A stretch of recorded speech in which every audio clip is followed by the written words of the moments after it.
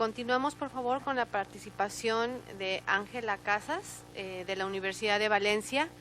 quien presentará el trabajo titulado Microrreserva de flora en Sierra del Cid, Petrer, en Alicante.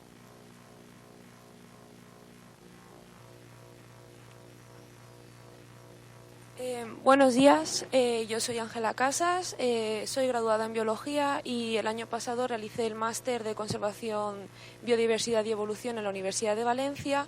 y el trabajo que os voy a presentar aquí es un trabajo que realicé para la asignatura de Sistemas de Información Geográfica, y fue simplemente a partir de Sistemas de Información Geográfica determinar una zona, la Sierra del Cid, que es la sierra de al lado de mi pueblo, una zona idónea para la creación de una microrreserva de flora.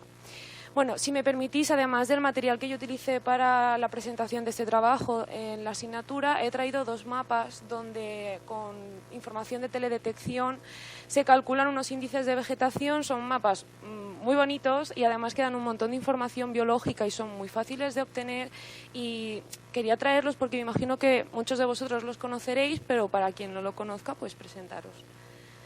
Bueno, el trabajo consiste en una introducción donde voy a hablar qué es una microrreserva de flora y los motivos por los que se ha determinado la microrreserva de flora en la Sierra del Cid, material y métodos, los resultados, que son básicamente los mapas, y conclusiones acerca del uso de los sistemas de información geográfica en la gestión medioambiental. Bien. Una microrreserva de flora se define como una figura de protección de especies botánicas. Son una zona de un máximo de 20 hectáreas y que tiene como objetivo la protección de especies botánicas raras, endémicas o amenazadas. Además, tiene otros fines, como pueda ser la protección de rutas ecológicas de interés didáctico, árboles monumentales o singulares, el aumentar el grado de protección de parcelas de experimentación o crear parcelas para la reintroducción y la repoblación de especies de interés, o simplemente la protección de unidades vegetales de interés según el Código Hábitat o sustratos donde viva esta vegetación y que sean sustratos especiales. Las microrreservas de flora se declaran a partir de una orden de la Consellería de Medio Ambiente y se declaran sobre terrenos tanto de uso público, por lo tanto pertenecientes al catálogo de montes de uso público,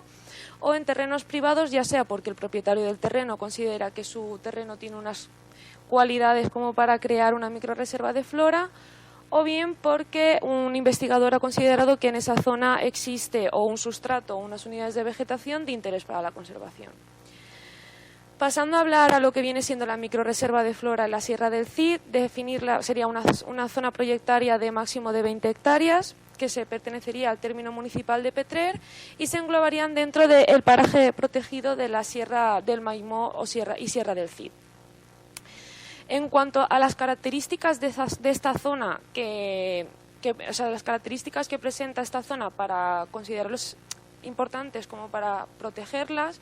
hay que tener en cuenta que la Sierra del Cid pertenece a una zona donde geológicamente la naturaleza de los suelos es caliza, y debido a las condiciones climáticas de fuerte aridez, en las que tenemos temporales de precipitaciones, el agua disuelve el suelo y crea encharcamientos de agua, un agua muy rica en sales.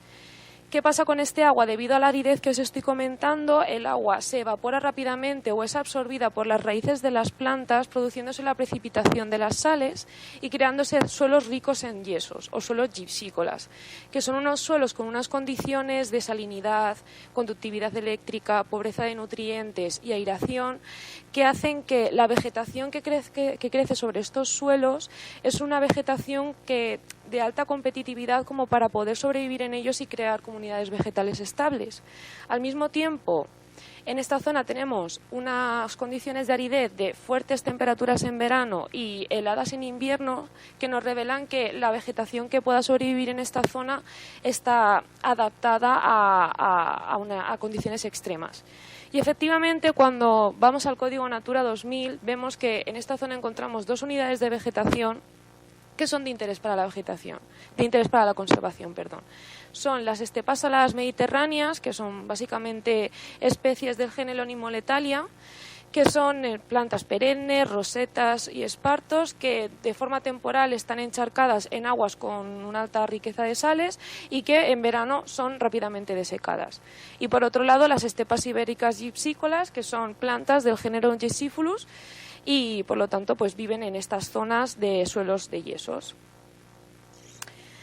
Bueno, cuando ya conocemos que tenemos 2 unidades de vegetación de interés para la conservación, pasamos al trabajo de identificar dónde se encuentran estas unidades de vegetación y, por lo tanto, la creación de esa zona idónea para la microrreserva de flora gypsícola. En un primer momento se trabaja con inventarios de vegetación de la zona y se ve dónde estos inventarios dicen que se encuentran estas unidades. Se pasa al trabajo de campo para comprobar que efectivamente encontramos estas unidades de vegetación y sí, encontramos estas unidades de vegetación, elegimos una zona donde el matorral esté en un estado saludable, tengamos una suficiente cobertura y podamos decir que se podría crear ahí la microrreserva de flora. Y digamos que se toman estos datos GPS y se procede a trabajar con los sistemas de información geográfica para ver las diferentes cualidades que tenga la zona y así determinar la microrreserva. En un primer momento se descargan unas imágenes de la web Copernicus, del Sentinel-2, y a estas imágenes, a estas ortofotos, se les aplican unas correcciones atmosféricas a partir de las cuales se calculan diferentes índices de vegetación. En un primer momento el índice LAI, que es un índice de área foliar, que lo que nos marca es la cobertura vegetal. Por otro lado también se calcula el índice en DBI, que es un índice que nos indica la calidad de la vegetación. Y por último un índice que nos indica la cantidad de agua que hay en las hojas. Por último, fue con la imagen del índice LAI con el que se trabajó en GeoVesig y con capas de información del Instituto Cartográfico Valenciano se elaboró un mapa con diferentes capas de información. Bien, en un primer momento aquí os muestro la imagen satélite de la zona, esa es la Sierra de El Maimó y Sierra del Cid. Y al lado encontramos una imagen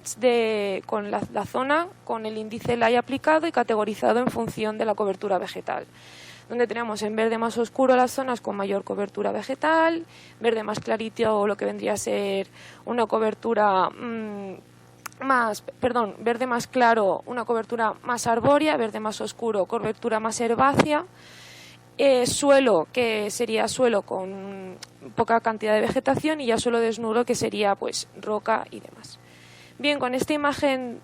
con el índice LAI calculado comenzamos a aplicar las diferentes capas de información. En un primer momento pues vemos que la zona se encuadra dentro de lo que es el paraje de la Sierra del Maimó y la Sierra del Cid. Se aplican capas de información como otras microrreservas. En la zona ya tenemos otras microrreservas, que como el Arenal del Cid. La capa de información de árboles monumentales, que como comentaba en un principio también es uno de los motivos para la creación de la microrreserva, y otros elementos de interés para la conservación. Finalmente a este mapa se aplicó la capa de suelos de interés para la conservación y digamos que confirmamos que efectivamente en la zona que en un principio se había determinado los puntos GPS donde encontramos estas unidades de vegetación, tenemos suelos de interés para la conservación, una buena cobertura de vegetación y por lo tanto sería una zona idónea para la creación de la microrreserva. Bien, estos son los mapas que digo que no utilicé para lo que viene siendo el trabajo de la microrreserva, pero que os quería presentar. Es un mapa donde se muestran las diferencias en la calidad de la vegetación de enero a abril. Simplemente se calculó el NDVI en enero de una de las imágenes, el NDVI de abril en otra imagen y se saca la diferencia. En rojo vemos las zonas donde se producen más cambios, que coinciden con las zonas de las partes altas de la montaña, que es lógico, en invierno la vegetación se seca, en primavera vuelve a florecer, vemos más cambios. Simplemente mostrároslo para ver con la facilidad que se pueden ver cambios en la calidad de la vegetación con estos índices, que puede ser aplicado para, por ejemplo, se instaura una figura de protección, queremos ver si está siendo positivo está siendo positivo y se están viendo mejoras en la calidad, o se instaura una industria, ver si se están produciendo cambios en la calidad de vegetación con el tiempo, pues con este índice se hace sencillo.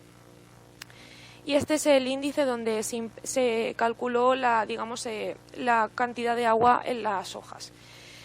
En verde más oscuro, zonas con más cantidad de agua, zonas con vegetación más seca, que vendría siendo más las zonas de matorral, y zonas sin vegetación.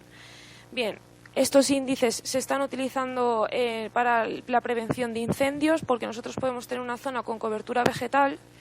pero que la vegetación tenga unas hojas, o sea, que sea seca, por lo tanto propicia a incendios. Entonces, simplemente mostraros la sencillez y lo fácil es que es de ver la información con estos mapas y con estos índices. Y bien, ya las conclusiones, decir que efectivamente, gracias a esta información, hemos podido determinar una zona idónea para la creación de la microrreserva de flora gipsícola en la Sierra del Cid. Decir que los sistemas de información geográfica son de gran importancia en la